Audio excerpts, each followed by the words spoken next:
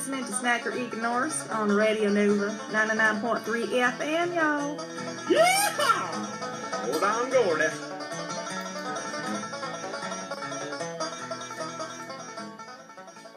Welcome back to the studio. You're listening to Snacker Eakin' Norse on 99.3 FM, as that little cowboy jingle just told you.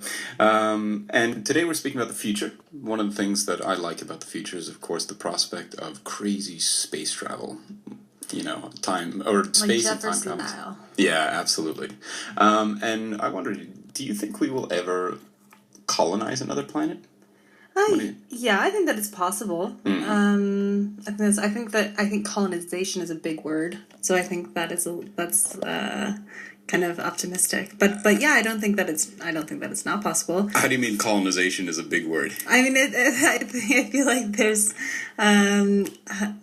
It takes a lot, of course, to fully colonize. One thing is to actually inhabit a place. Yeah. The other is to colonize a place. They're not exactly the same thing. No.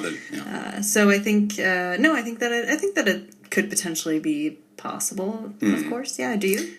I think so. But the requirement would be that we have resources around us that we can live off. I mean, it would be with technology as it is today, or even in the near future, I think it would be very difficult for us to be transporting cargo back and forth from the Earth, all the time. So we'd have to have some sort of sustainable living pattern in this, or an ecology around us that we could live off. Yeah. That's very difficult to do, and that seems like that's going to be far away. Right. Well, that would be difficult to find the right conditions on the planet. I would assume it would be difficult since they haven't already done that, but... But one of our correspondents has spoken to somebody who is a bit more of an expert in this field about resource-based economies and how that might affect our future. Let's take a listen. Andrew, welcome to Snacker Eakin' Norse. Thanks for having me on, Michael. Do you want to tell us a little bit about yourself before we start? Okay, well, I'm just a psychology student. I study in Australia, in Brisbane, and I'm over in Norway for an exchange semester. And so far, it's been great. Norway is fantastic. Cool. Pretty similar to me. Yeah. Same kind of thing. So we have you in today to talk about a resource-based economy of the future. That's right. I hear that your theme for this week is the future. Resource-based economy can best be described in a thought experiment. So if you could imagine that you and I are astronauts and we're part of a colony going to Mars. Cool. We wouldn't really expect this colony to engage in a market system upon arrival. I guess not, unless there were Martians to trade with. That could be pretty useful. Yeah, that would be kind of useful. But what we would do instead is we would have an access system based on mechanized labor, meaning that we would have technical life-supporting systems in place, freeing people to be astronauts. Basically, we would have warehouses that just make food. We'd have warehouses that just try and create water. And we'd have automated transport systems. So there's no human labor required in these things, or the very minimal human labor required. So all the things that kind of keep society going don't need to be done, and people are freed up to do other things. That's it. That's exactly right. Okay. And what we see here is we're seeing 21st century technology and science being used in a way to create a new sort of society. And when you look back at the big changes in society, a lot of it is technology based. You have the agricultural revolution and the plow. Mm-hmm.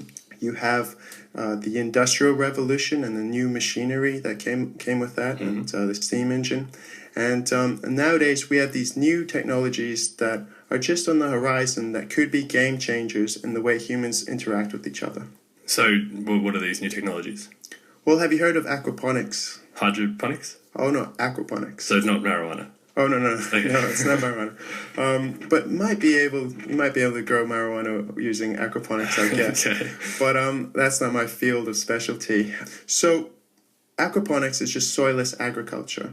It's similar to hydroponics, but it uses a soilless medium. It's just water. Okay. And the water is filtered through a fish tank where it gets its nutrients, and its nutrients is filtered to the plants, and the plants, they feed the fish as well. And so it's a closed system. Mm-hmm. And this sort of system is very simple, and it's being used at the moment, and it can be fully automated. There are companies, there are organizations at the moment trying to create these sort of warehouses that just automate food production. And what we could do with these warehouses is we could place them in areas in the world that need them the most. Everything needs maintenance, though, right? So what happens if something goes wrong? Well, you try and you would obviously have human people working on it, but you try to make it technically efficient so it requires the most minimum amount of human labor. Yeah, okay. For example, have you heard of the geothermal station in Iceland? I was actually just in Iceland, yeah. Yeah. That geothermal station provides Iceland's entire electricity. Yeah. In fact, it provides more than that, and they sell that surplus to Norway and Sweden. My friend was there, and only 4 people work in this station during the day, and only 2 people work on it during the night. And this is the type of efficiency that we're hoping to try and promote in different sectors. Yeah, okay, that makes sense. Yeah. So where did you hear about all this? Well, it started off, I saw a movie online. It was the Zeitgeist Movement the Zeitgeist film series by a guy named Peter Joseph. And he started off an organization called the Zeitgeist Movement. And since about 2 years ago, it's really started to take a life of its own, and new speakers have sort of emerged and started to talk about it. But the Zeitgeist Movement itself is just it's one of several organizations sort of trying to promote this train of thought. Its main goal really is to try and create a cultural meme for these ideas to flourish. So a cultural meme where people can share ideas and share technologies and just talk about these issues. What is the Zeitgeist Movement exactly? Yeah, and the Zeitgeist Movement is it's a network at the moment. It's just a network of people who sort of subscribe to these ideas, and they share these ideas with each other. And we have some really good speakers out there. If anybody wants to Google Peter Joseph or Ben McLeish or Douglas Mallet, they have some really great speakers. Peter Joseph is the founder? Yeah, he's the founder. He started off with a couple of movies, but since then it's really taken a life on its own. To go back to the Mars example and also this, you're describing sort of like a big family in a way, like everyone shares, which is also kind of heading down a political path of, say, socialism or even towards communism. So how does that interact? Okay, well, you see, like, in my opinion, communism still had its basis on a market system. They still had to, like, go to factory jobs, and they still had to, say, work these many hours, and a lot of people stole things from the factories because, like, it all belonged to them or whatever. But the point with this is to try and automate things so much that you don't need that many working hours, that people only work 2-4 hours a week. You can do that. Well, we can do that with today's technology. Even today?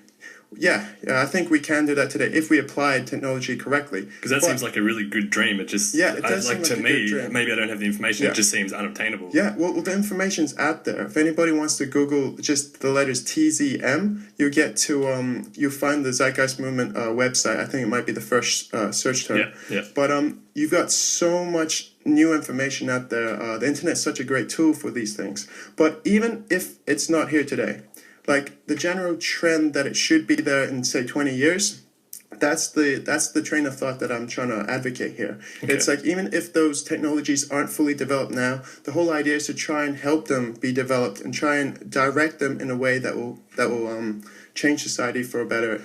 So, if I can ask more of like on a personal level, knowing about all this, what does it change in your everyday life?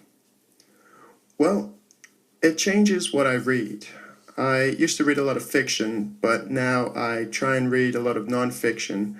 And the book that I'm reading at the moment is called Robots Will Steal Your Job, But That's Okay. And it's written by a guy named Federico Pistono, who was a very active member in the Zeitgeist Movement. And his book is really, really good. It's really good. I totally recommend it for everybody who's interested in that sort of stuff. Does it change anything practically that you do? Like, are you growing fruit in your backyard that you give out to strangers or anything like that? My group of friends and I were trying to set up an aquaponic system here in Oslo. Unfortunately, I won't be here to see the results of it because I'll be back in Australia. But I'm really interested in seeing how it goes. And just to be clear, there'll be no marijuana. There will be no hesitated marijuana. There. That's interesting. Okay, I'll follow that with you later. Okay, another question as well. If you could go back in time, or forwards in time, if you had a time machine, what would be one thing that you'd change, and is it linked to this resource-based society? Well, if I could change things, I don't know how much influence I would have, but I would really like to go back in time and stop the Library of Alexandria being burnt down, because I feel that human beings lost a lot of knowledge in that library. Mm-hmm. And the one thing about humans is that we have something that Carl Jung calls the collective unconscious, which is everyone sort of shares these unconscious thoughts in a way, depending from society to society.